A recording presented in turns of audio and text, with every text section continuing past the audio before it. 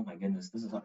Honestly, Jet Li's Shaolin Temple cinematic universe, the 1982 Jet Li Shaolin Temple. I would love to live in that movie.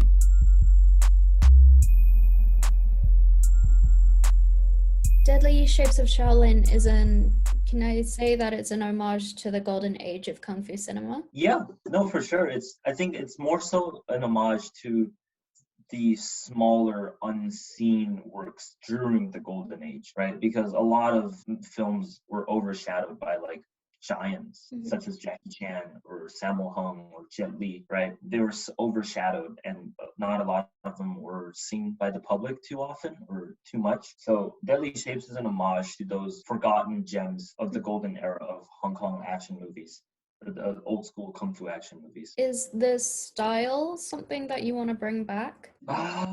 Yes and no. I think the exact style of Deadly Shapes and what we're trying to go for is something that should stay within their era, within the 70s. But from a modern audience perspective, it's just not going to work anymore, right? I think within the last 40 years, film viewers, like the audience, their IQ, not like, I'm not calling them dumb, but like how for example, in fighting, we have a thing called fight IQ, right? It's like how well you know combat. Similarly, from film viewers, there's something called I think film IQ, and I think as a whole, in society, like the general public, their film IQ has gone up. So something that would impress the audience 40 years ago wouldn't really work today.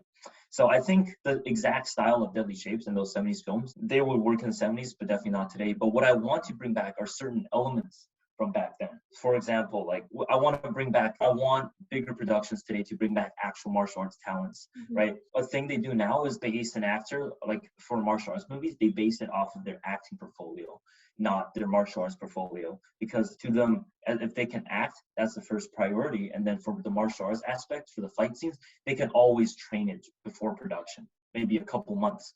But you can tell if someone's been a martial artist on screen. Like on screen, you can tell if the actor has been training for just a couple months or their entire life, right? You can tell in the way they move, and no matter how hard you train in those couple months before production, it shows. It really shows, because martial arts is not something you can learn in like a couple months or like make it look like you master it, right? Like you can try as much as you can, but you can just tell the difference. So I think one thing I really want to bring back is to have companies give actual martial artists their chance to be in movies, and don't just cast like A-list stars and teach them how to do martial arts, and then because it's just like mediocre martial arts at best on screen, right? And that's why the Hollywood movies, they like to put the camera right in front of your face. They like to shake it around, like boom, a lot of cuts. It's to hide the fact that their actors can't fight, which is totally fine because actors act, they're not fighters. But I think it's time to give martial artists a chance again and like really have them show what they're about, what they're capable of. So that's definitely one thing. Another thing is in relation to what I said earlier about bringing actual martial arts talents back. Another thing we need to bring back, in my opinion, or I really want to see, is that pulling the camera just back further away from the performance. Give the audience a clear view of what's happening. Don't just cut every 2 seconds, right? Keep the shot. Keep it for like maybe 5 seconds, 10 seconds, and like pull it back medium or wide, and just let the audience see what the performers are doing. So I think those two are definitely something I would love to see today, is that actual martial artists and actual martial arts talents doing what they do, and also a clear way of filming fight scenes that's not just like shaky cam and jump cuts. Can you tell us about Dragon Lords? We're basically everything. Because we only have about like 7 people, which even to us, 7 people is like a crazy amount. Like we never thought we'd have this many. But the thing about being a smaller production company, or not even a company, being a smaller production group, is that you do literally everything, right? So yes, we are a stunt team. We are also a film group. We're also each other's camera operators. We're each other's directors. We're each other's performers. We're each other's producers, like social media managers, whatever, everything. We are like a family, right? We all do martial arts. We all love filmmaking, and that's all that matters. So going a little bit of a history is that we started back in 2019, summer of 2019. Battle of the Masters was our first short film we've done, and it was actually filming for Battle of the Masters actually started before Dragon Lords was even created. As we made the film, we decided that, okay, we found the right people. And during the process of filming Battle of the Masters, we decided that we were going to be a team and we're going to keep doing more. So it was the summer of 2019. I remember our YouTube channel was created on Danian's birthday, July 27th of 2019. And then ever since then, we've gathered, like we've met up, we've shot different short films, different vlogs, and we are just honestly, we're just buddies. We love martial arts, we love filmmaking. So that's what we do. We just get together and we do what we love. And the rest is what you see on our channel and on our Instagram page. What are your favorite stunts to do? And is there a particular stunt that you want to do? Yeah, so my favorite stunt, I have like 3 I really like. Hong Kong twist. So, you know, you get kicked in the face or punched in the face, right? You see the guys, like, boom, and like they fall. They do like a twist. Hong Kong twist, definitely a really fun one to do. I like the front flip fall. I see, I don't know like the proper term, but like I call it the 3/4, right? Because you're spinning 3/4, right? Because you go 1, 2, boom, or 1, 2, 3, 4. That would be like 3/4. So it's not a math lesson, doesn't matter. But like, you know, like a front flip, you fall on your back, right? Once again, if you get kicked or like you get thrown, right? Boom, you like do a front flip, land on your back, right? You act like you're in pain.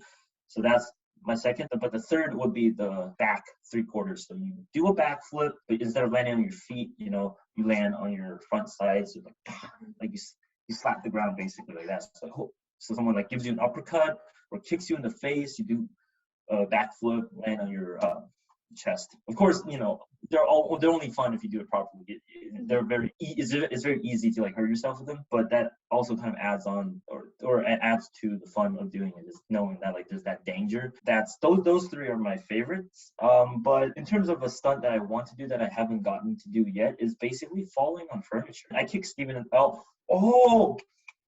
okay, this is like spoilers alert. I just realized we have not released the short film yet, so I'm going to stop talking about it. It's coming out in January, so keep your eyes out for that. But I'm not going to go into this one, but I've never done a stunt onto furniture. Mm-hmm. So like I want to maybe one day get kicked in the face or thrown or whatever and like do a flip and I'll like fall on a table and the table just blows up and then like powder goes everywhere. That's something I really want to do. Like I want to fall and break furniture. So hopefully one day I'll get to do it. Do you have any upcoming projects that you can tell us about? You just told us about one that's coming out. Yeah, so I just accidentally I was so close. My tongue almost slipped. But yes, like I said, we're saying earlier, we do have a short film coming up in January that we actually shot this April. So a couple months back. Right, we have not yet released to the public. That one's coming up, so keep your eyes out. It's going to be pretty darn exciting if you're into 80s fast-paced modern Hong Kong action. You guys will probably like this one, so release probably in January. But we also have quite a bit planned for the next summer of 2022.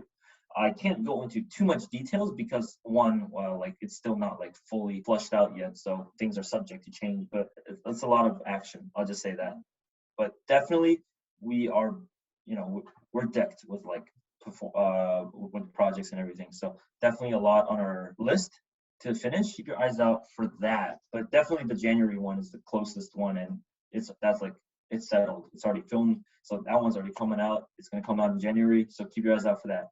Also, next summer is going to be crazy for us too. And how has your experience been with Fighting Spirit Film Festival? It's been good. It's been really good. I mean, this is the first time we've submitted anything to like any film festival, so it was the first time. Of course, it was a little nerve-wracking in a way, but like it was exciting as well.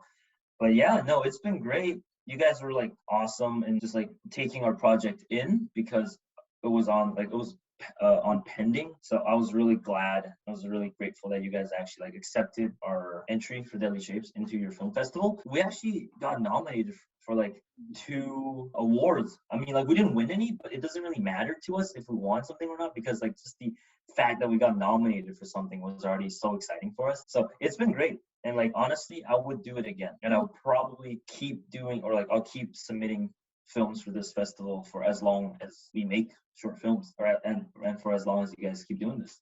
So yeah, it's been a great experience. Oh, thank you. Now time for the speed round.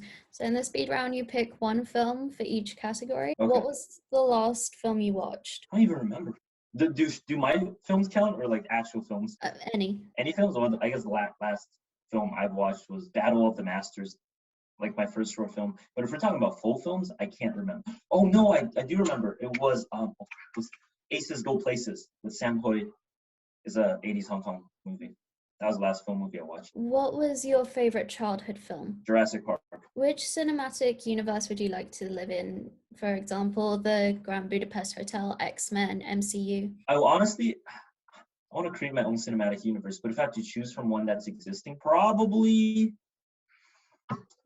Oh my goodness, this is honestly Jet Li's Shaolin Temple cinematic universe, the 1982 Jet Li Shaolin Temple. I would love to live in that movie. Or the universe that movie set in. If you have a production company, you can technically find a link between all the films, and then it becomes your own cinematic universe. That is the goal. Yeah, like I really want to create just characters that we, me and my buddies from Dragon Lords, we could portray, and we embody well enough that they keep recurring in like different films. So definitely, yeah. The Dragon Lord cinematic universe is something have been thinking about, and I really want to do it. It's just I don't know how yet, and it's definitely a lot of work, right? A lot of world building. Like MCU wasn't built in a day; it took them like a decade to like establish all the characters. So it's definitely a long grind, but I think it can be done. What film do you know all the words to? All the world? All the words to. All the dialogue to? Yeah. I have to say, I don't know if I know like the entire transcript of any film, but the closest I get to knowing the full script would probably be Lord of the Rings. Like the Lord of the Rings trilogy. I used to watch that a lot. And they're great movies. Yeah, Lord of the Rings. What is the next film you're going to watch? Hard to say, but I really, really want to check. I don't even know. Honestly, I want to finish 8-Diagram Pole Fighter. I've not finished 8-Diagram Pole Fighter yet, which I really should. And the next film I want to watch would probably be Return to the 36 Chambers or Disciple of the 36 Chambers. One of those. Well, that's the end of the speed round. Thank you so much. Thank you for having me. Thank you to the whole of Dragon Lords and Jiachen Peng. We hope you enjoyed the interview. Same. Hope you guys. Thank you for having me. Really just awesome to talk to people about martial arts filmmaking. It's just something I'm so passionate about. You guys as well, the viewers watching, like if you want to talk to us, like we got our emails, we got our Instagram, Facebook, and like we do reply to every single DM.